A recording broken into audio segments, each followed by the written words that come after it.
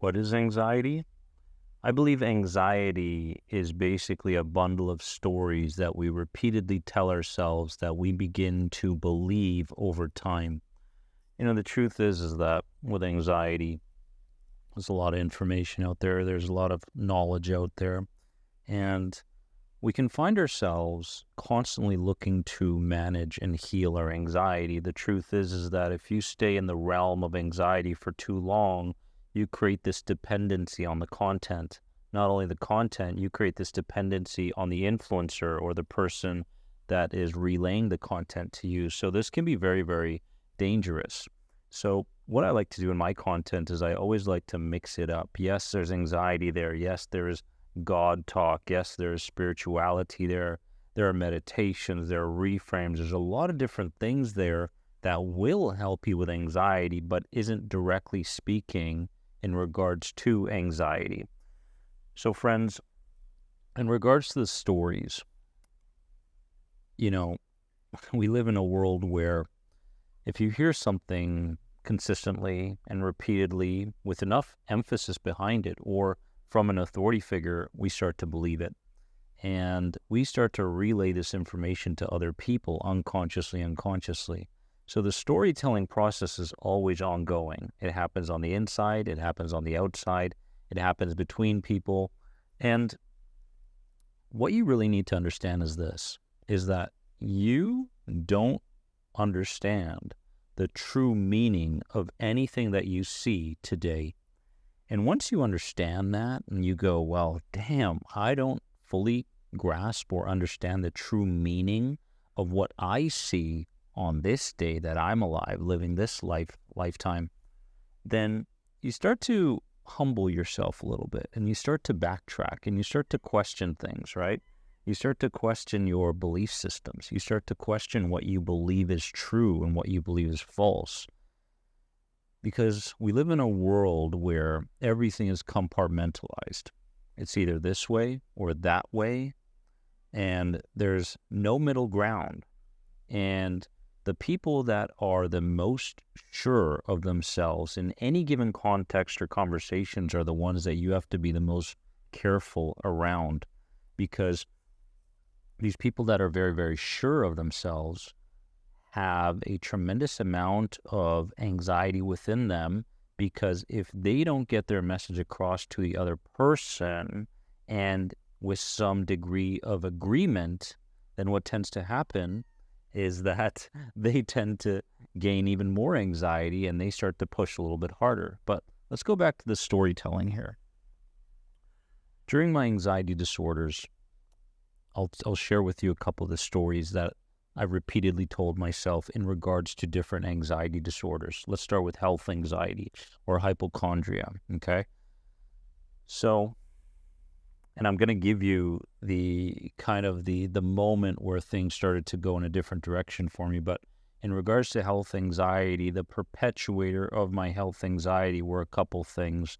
The fear of actually living, because there was this underlying fear that if I portrayed myself as this humorous, childlike, light, meditative, enjoying person in a world where we're constantly pushed to strive towards the next thing, climb the ladder and compete with everything and everyone around us, that sort of identity in my eyes, in my mind, wasn't going to be accepted by society.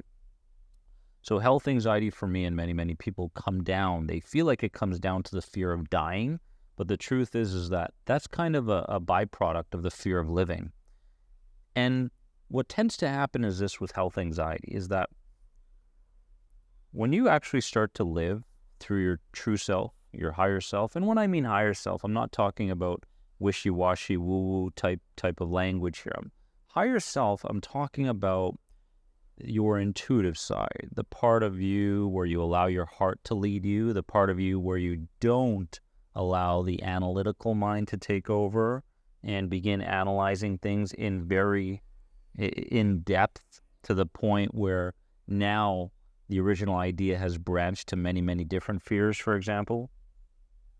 So living through your higher self is a simpler way to live.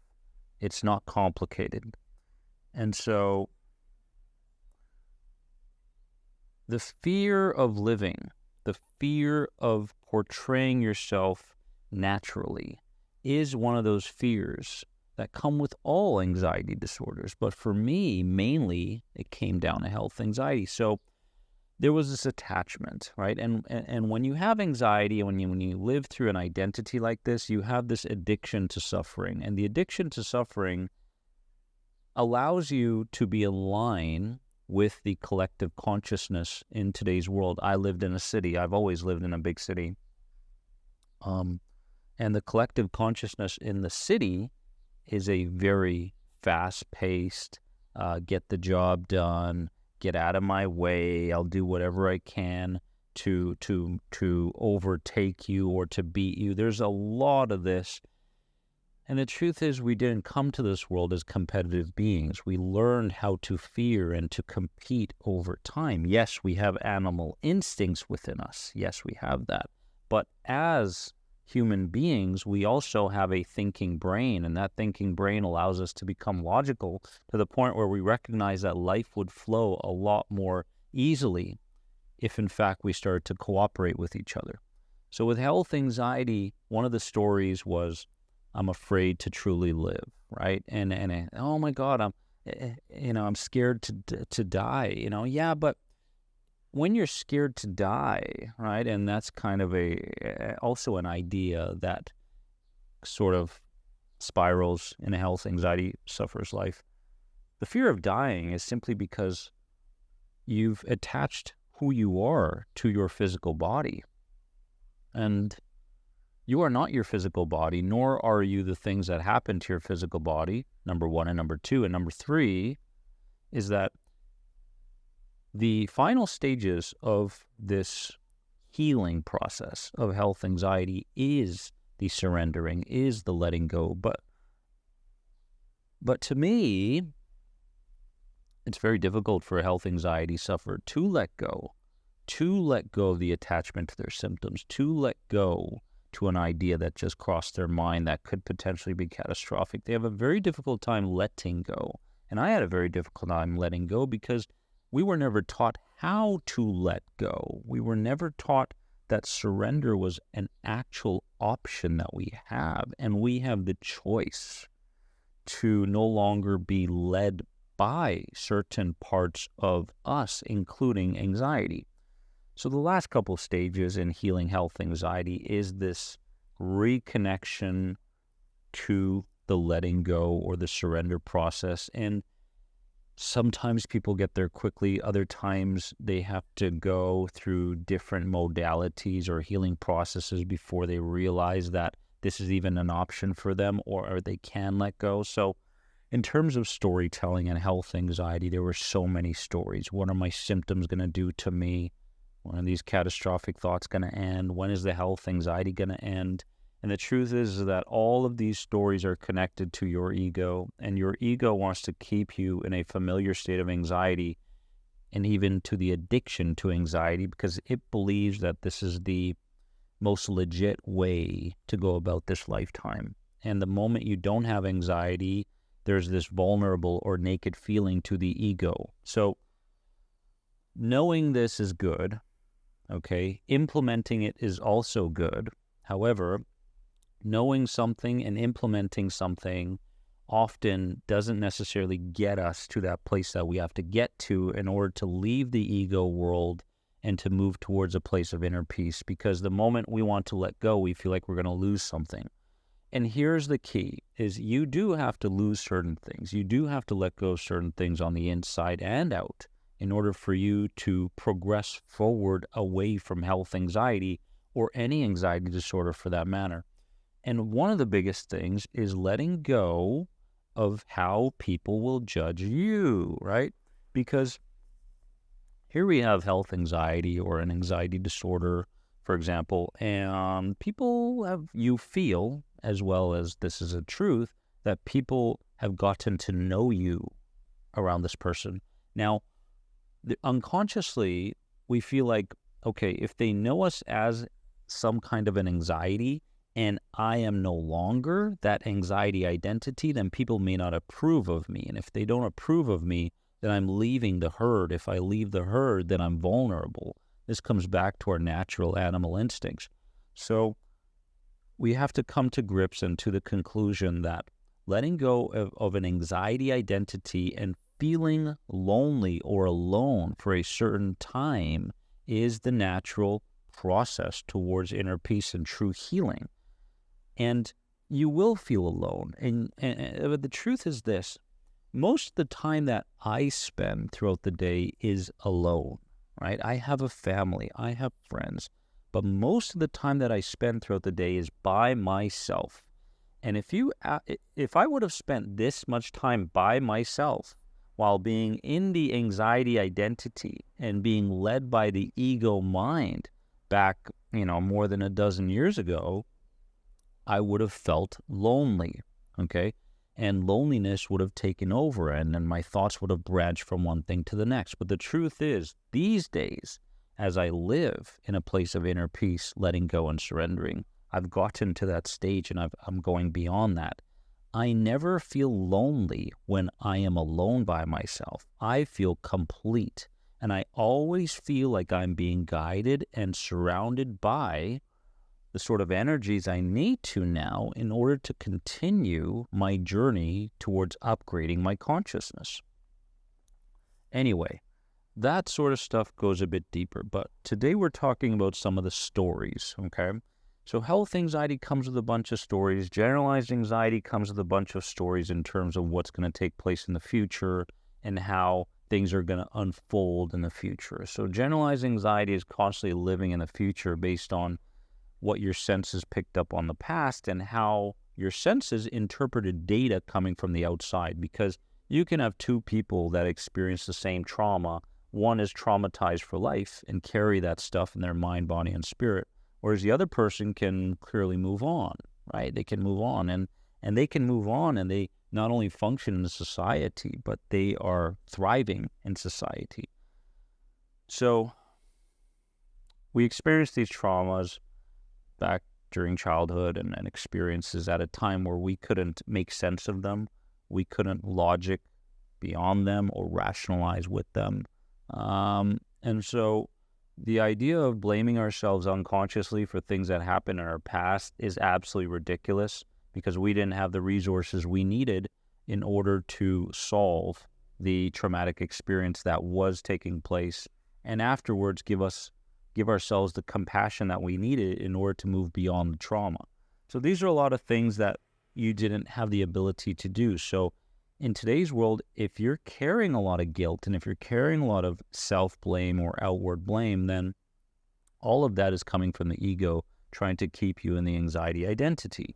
So these are things that you have to understand as you go forward, because the understanding is crucial. The implementing around the intuition that you gain because of what you're hearing today is also important. As well, you must stay on this path, right? You must stay on this path no matter what you come across, because what you come across as you begin to heal are more challenges than you had before, right? Going through health anxiety and an anxiety disorder is easy compared to when you make the decision to heal. Because once you make that choice that I'm going to heal and I'm going to be a different person in mind, body, spirit, then what tends to happen is the universe picks that up and realizes, hey, there's a change going on here. Does this person really want what they intend that they want? So a bunch of external challenges, people coming around you, ridiculing you, putting you down, or internal challenges, in terms of the ego flexing its might and getting very, very defensive, saying, oh, he said that to you, she said that to you, all sorts of thoughts and feelings crossing your mind and body. All of these things are very, very normal, right, as you go about the healing process of an anxiety disorder or otherwise. So this is a time of growth for you. This is a time of emotional maturity for you. This is a very, very special time for you. And what you have to do is go about this path, continue to stay on this path, and realize that as you go about this path, it is not just you that is doing the healing. You have created the intention to heal, and that is huge. And if you put your heart into that intention, answers will be given to you. However, at some point in this journey, you're going to have to feel like you're working with something, some feeling, some energy, some source that is of a greater intelligence than you. So there's that feeling as well. However, if you're telling yourself the kind of story that's no longer helpful in your life, then tell yourself a different story starting today. It's about storytelling. So just like I said, pay attention to the stories that you're telling yourself and believing in, number one. Number two, stay on the path towards healing as you see those past things that you used to label as being triggers as now being challenges. And because it's a challenge, now you have a choice as to how to think about the challenge and how to respond.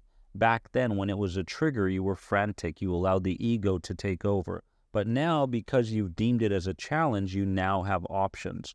And don't think that you're going to do this overnight, because there's a compounding effect that needs to take place before you truly heal an anxiety disorder and move up the scales of consciousness, right? So one day will lead to the next day, lead to the next day, and this really is the healing process. Spiritual healing, in the form that you're going through in terms of the anxiety disorder, is a long and arduous journey.